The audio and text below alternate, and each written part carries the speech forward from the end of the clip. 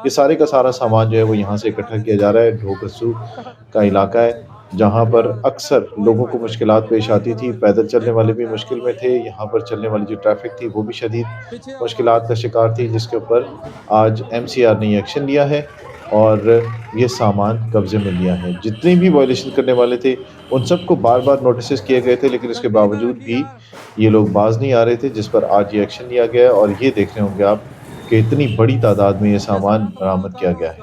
तो ये सामान इस प्लाज़े के अंदर से निकाला जा रहा है। सिविल डिफेंस फ़ोर्स यहाँ पर मौजूद है, जो ये सारा सामान इस बरामदे से उठा रही है और ये सारा सामान अब उठा के इस ट्रक में लोड किया जा रहा है।